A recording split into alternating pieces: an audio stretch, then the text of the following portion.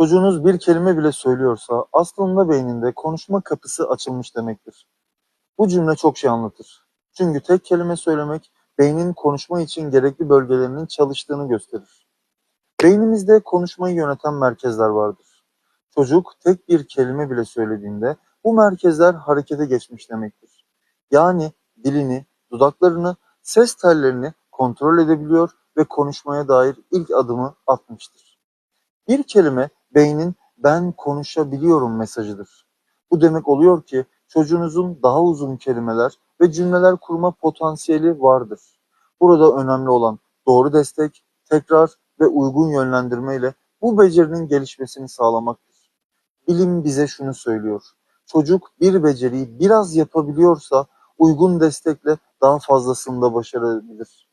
Dil gelişimi de böyle ilerler. İlk kelime aslında daha fazlasının mümkün olduğunun en güçlü işaretidir.